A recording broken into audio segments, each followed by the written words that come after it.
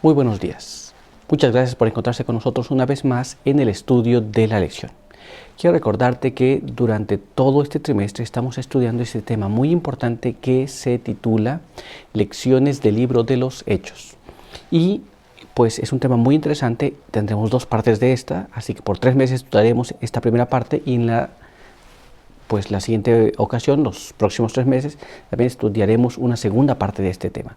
En esta semana que ya estamos avanzados, tenemos un tema también muy importante que se titula El gozo del arrepentimiento. Experimentar ese gozo es un asunto muy importante, pero como hemos estado haciendo durante todo el estudio de la lección, vamos a recordar el texto que tenemos que aprender. Vamos a ir en la palabra de Dios y vamos a leer allí lo que está escrito en el libro de Hechos de los Apóstoles, capítulo 2, y allí vamos a leer el verso número 38. Hechos de los Apóstoles, capítulo 2, verso 38. Pedro les dijo: arrepentíos y bautícese cada uno de vosotros en el nombre de Jesucristo para perdón de los pecados, y recibiréis el don del Espíritu Santo. Con este pensamiento, quiero invitarte a que tengamos una oración. Acompáñame. Padre eterno que esté en los cielos, santo y bendito sea su nombre. En esta mañana estamos muy agradecidos por permitirnos la vida, la salud. Agradecemos por sus bendiciones, su misericordia y su bondad. Queremos pedir que nos guarde, nos bendiga según su misericordia y que al estudiar su palabra podamos comprender lo que nos quiere hablar en esta hora. Guárdenos aquí, denos su buen espíritu, en el nombre de Jesús. Amén. Muy bien, pues vamos a continuar con nuestro estudio para el día de hoy, y el día de hoy tenemos un apartado muy importante. El día de hoy vamos a hablar sobre el milagro en el templo, y nuestra primera pregunta nos dice así: ¿cómo usó el Señor a Pedro y Juan para realizar un maravilloso milagro en la puerta, la hermosa, del templo? Esto es, ocurrió algo importante allí, y usa a dos personajes que conocemos muy bien. Cómo los usa, de qué manera se manifiesta, es lo que vamos a estudiar. Quiero invitarte entonces a que vayamos y analicemos lo que está escrito en la palabra de Dios en el libro de los Hechos, capítulo 3, y ahí vamos a leer el verso 1 hasta el verso número 10, y leemos así. Un día Pedro y Juan subieron al templo a la oración de la hora novena, 3 de la tarde. Había un hombre tullido de nacimiento, a quien llevaba cada día y ponían a la puerta del templo, llamado La Hermosa, para que pidiese limosna a los que entraban. Cuando éste vio a Pedro y a Juan que iban a entrar en el templo, les rogó que le diesen una limosna. Junto con Juan, Pedro fijó los ojos en él y le dijo: míranos. Él estuvo atento, esperando recibir algo de ellos. Entonces Pedro le dijo: no tengo plata ni oro, pero lo que tengo te doy. En el nombre de Jesucristo de Nazaret, levántate y anda. Y tomándolo de la mano derecha, lo levantó. Al instante se afirmaron sus pies y sus tobillos, y de un salto se puso de pie y anduvo. Y entró con ellos en el templo, caminando, saltando y alabando a Dios. Y todo el pueblo lo vio andar y alabar a Dios.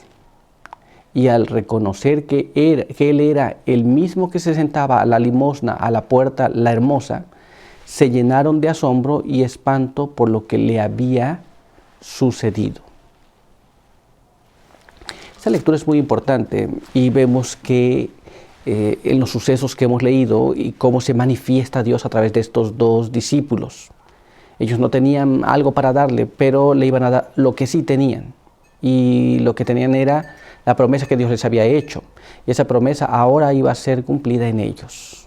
Bueno, vamos a ver cómo nos narra esto el espíritu de profecía. Leamos este siguiente párrafo. Primeros Escritos, página 192, nos dice así: con gran poder los discípulos predicaban a un Salvador crucificado y resucitado. En el nombre de Jesús realizaban señales y prodigios. Los enfermos eran sanados y un hombre que había sido cojo desde su nacimiento fue restablecido a la sanidad perfecta. Y entró con Pedro y Juan en el templo, andando y saltando mientras alababa a Dios a la vista de todo el pueblo. Muy bien, esto es lo que podemos leer allí. Pero la Biblia también nos dio los datos donde la persona estaba contenta, alabando a Dios en el templo. Y las personas que lo veían, porque sabían que estaba allí él, a la puerta, las personas que lo veían se quedaron asombrados de ver lo que había pasado con este hombre. Estaban maravillados y algunos tenían miedo. Pero vamos a ver ahora lo que nos dice nuestra siguiente pregunta. ¿Cómo reaccionó el pueblo ante el milagro y qué declaró Pedro para enfatizar el verdadero origen del mismo? Esto es, por mucho tiempo este hombre ya había estado allí, lo llevaban cada día y lo sentaban allí para pedir limosna. Pero ¿qué es lo que pasa? ¿Qué es lo que la gente comenzó a decir? Y según Pedro va a aclarar cuál es la fuente de este poder. Pues bien, vamos a ir una vez más a la palabra de Dios y vamos a leer este siguiente párrafo que se encuentra allá en el libro de los Hechos, que es nuestra continuación de la lectura, en el capítulo 3. Y ahora vamos a leer allí el verso 11 hasta el verso 16. Y como el mendigo, después de haber sanado, se mantenía con Pedro y Juan, todo el pueblo asombrado corrió hacia ellos al pórtico de Salomón. Al ver esto, Pedro dijo al pueblo: Israelitas, ¿por qué ponéis los ojos en nosotros como si con nuestro poder o piedad hubiésemos hecho andar a este hombre? El Dios de Abraham, de Isaac y de Jacob, Dios de nuestros padres, ha glorificado a su siervo Jesús. Pero vosotros lo entregasteis y negasteis ante Pilato, aun cuando éste había decidido soltarlo. Vosotros negasteis al santo y al justo y pedisteis que os dieran un asesino. Y matasteis al autor de la vida, a quien Dios resucitó de los muertos, de lo cual nosotros somos testigos. La fe en el nombre de Jesús restableció las fuerzas de este hombre que vosotros veis y conocéis.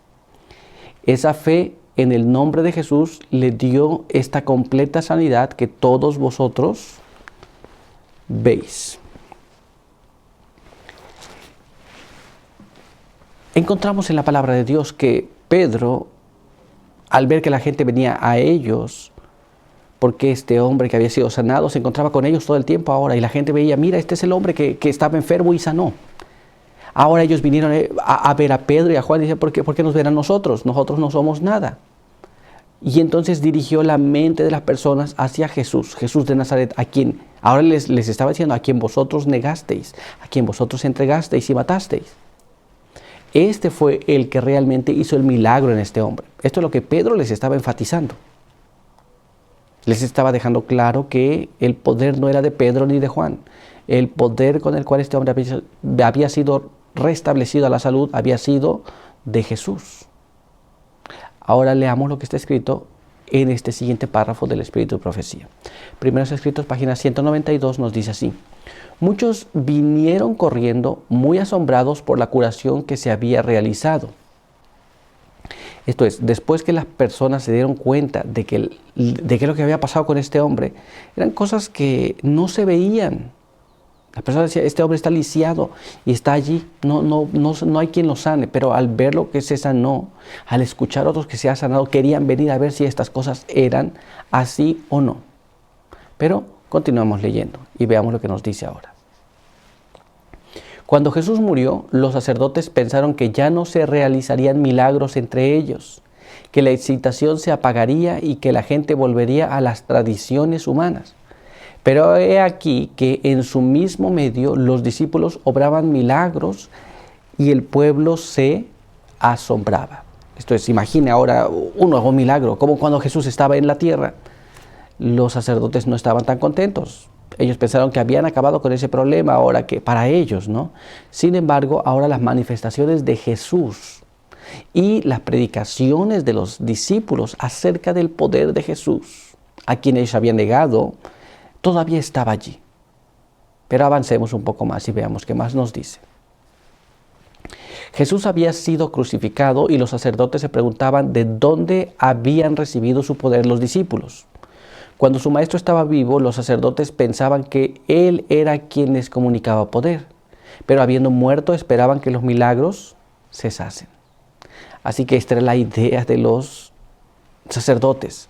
Pero ahora los discípulos también estaban realizando las mismas obras que Jesús, pero Jesús les había prometido que realizarían obras aún mayores. ¿Nos damos cuenta? Es muy interesante. Pero vamos a continuar y vamos a ir a nuestra siguiente pregunta. Veamos cómo nos dice. ¿Cómo fue que Pedro gentilmente les dio a sus oyentes el beneficio de la duda?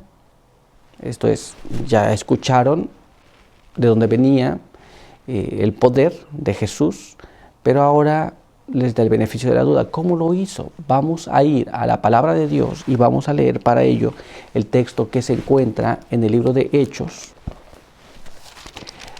capítulo 3, y ahora vamos a leer allí el verso número 17.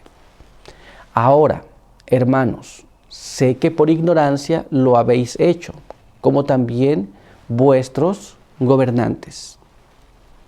Esto es, les había dicho que el pueblo había negado a Jesús y que había entregado a Jesús para ser muerto. Y ahora dijo, bueno, ahora le voy a decir que ustedes lo hicieron así por ignorancia. Algunos lo hicieron así por ignorancia, pero la mayor parte de la gente sabía quién era Jesús. Habían visto sus milagros. Pero ¿qué es lo que pasa? Bueno, vamos a ver, vamos a analizar ahora lo que nos dice la pluma inspirada. Leamos este siguiente párrafo. Comentario Bíblico Adventista, tomo 6, página 1056, nos dice así. Sé que por ignorancia lo habéis hecho, dijo Pedro, pero esa ignorancia no excusaba el hecho, pues habían tenido mucha luz que les había sido concedida. Se presentaba la declaración de que si hubieran sabido que Él era el príncipe de la vida, no lo habrían crucificado. Esto es, tenían evidencias de quién era Jesús, habían visto los milagros de Jesús, habían visto que obraba Dios a través de Jesús. No tenían excusa, pero Pedro les dice, bueno, sé que por ignorancia lo hicieron, está concediendo un poco. Pero ahora veamos qué más nos dice. Acompáñame a leer este párrafo. Pero, ¿por qué no lo sabían? Porque prefirieron no saberlo. No tenían interés en escudriñar y estudiar, y su ignorancia les trajo su ruina eterna. Así que entonces, cuando nosotros nos volvemos ignorantes por gusto, porque no deseamos saber, se complica toda la situación. Ahora vamos allá y vamos a ver qué más nos dice este siguiente párrafo. Leamos lo que está escrito aquí ahora. Habían tenido la máxima evidencia para basar su fe y delante de Dios estaban en la obligación de aceptar la evidencia que les había dado. Su incredulidad los hizo culpables de la sangre del unigénito Hijo del Dios infinito. Entonces ahora tenían evidencia y ahora tenían ellos que hacer una decisión. ¿Qué decisión habrán tomado? Bueno, hemos leído que ellos habían preferido no aceptar las evidencias que ellos tenían frente a ellos. Y esto los hacía culpables de este mal. Muy bien. Así que vemos cómo ocurrieron estos hechos y cómo Pedro trata de disculparlos, pero ellos estaban conscientes de estas cosas. Muy bien. Pero nuestro estudio ha concluido aquí. Quiero invitarte ahora a que tengamos una oración. Acompáñame.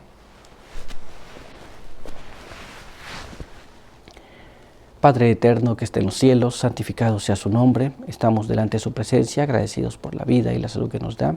Queremos pedir que su bendición nos acompañe, pedimos que nos guarde, nos ayude, quede con nosotros y también que nos bendiga. Pedimos que su buen espíritu pueda estar sobre cada uno y nos pueda conceder su gracia para el día de hoy. En el nombre de Jesús pedimos todo. Amén. Muy bien, pues muchas gracias por estar con nosotros. Recuerda que te esperamos aquí el día de mañana. Por hoy, que Dios te bendiga.